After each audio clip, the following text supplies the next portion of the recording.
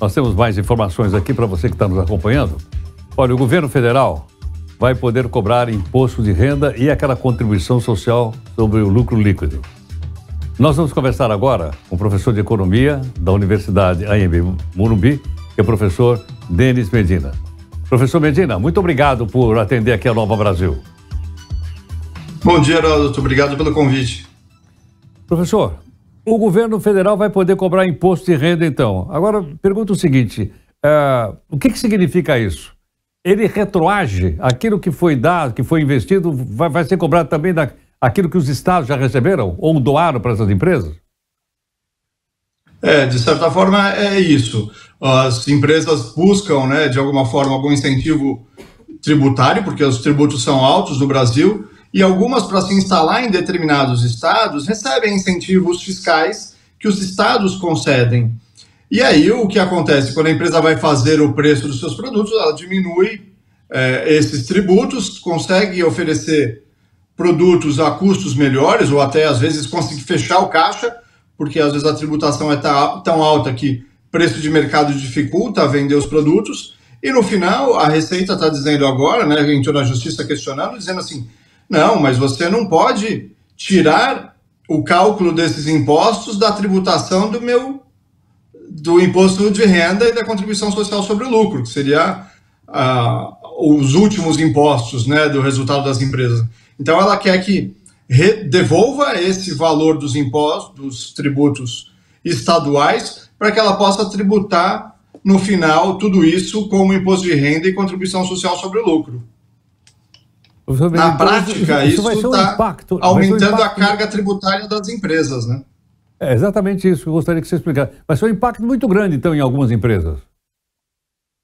Sem dúvida, principalmente na indústria. E existem cálculos que são feitos que isso vai aumentar a arrecadação do governo federal em torno de 90 bilhões de reais. E é interessante porque, assim, muitas agências de notícia deram essa notícia como assim, uma vitória do governo. Mas eu entendo que assim, o governo está lá para trabalhar para a população. Foi uma vitória da população? Não, foi uma perda da população. É uma arrecadação maior do governo e que a gente sabe que isso nos reverte na melhor qualidade de serviços pelo Estado. Então, simplesmente, não tem almoço grátis. As pessoas vão pagar mais imposto, porque no final o contribuinte é a pessoa física, A empresa é um intermediário aí no caso. Quer dizer, no caso, ela então repassaria o preço para os seus produtos ou serviços?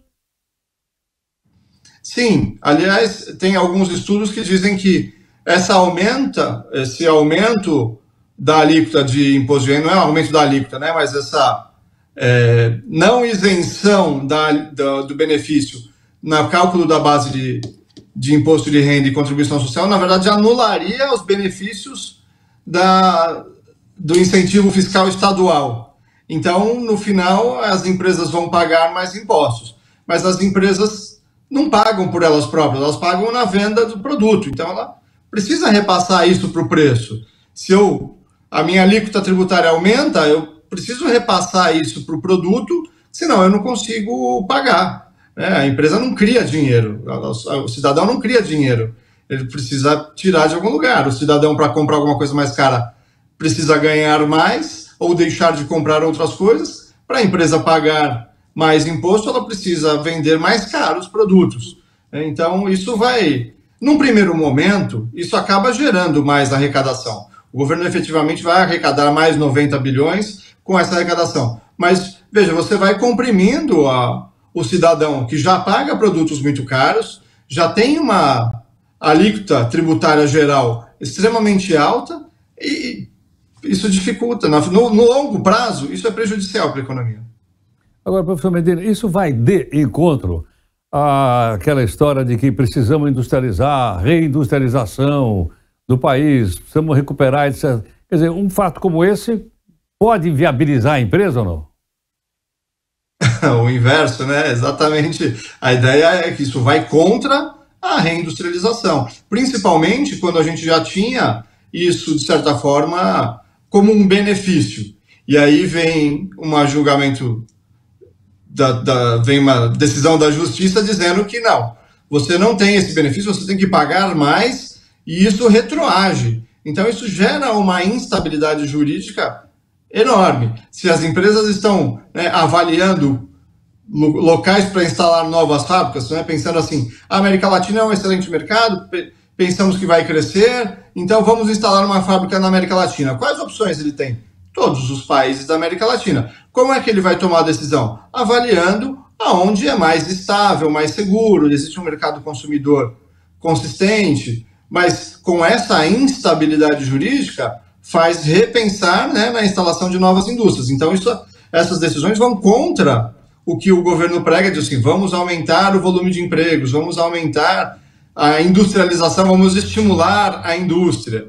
E, por outro lado, né, aproveitando, isso, de certa forma, acaba gerando... A gente viu que a indústria automobilística tem sofrido bastante com as questões de mercado, preços elevados dos insumos, estoques altos, deu férias coletiva e a gente precisa ver o que vai acontecer daqui para frente. E o governo federal está planejando incentivos para a indústria automobilística. Então, sim, todo o setor industrial é prejudicado, mas vamos privilegiar aqui o pessoal da indústria automobilística por algum motivo que seja.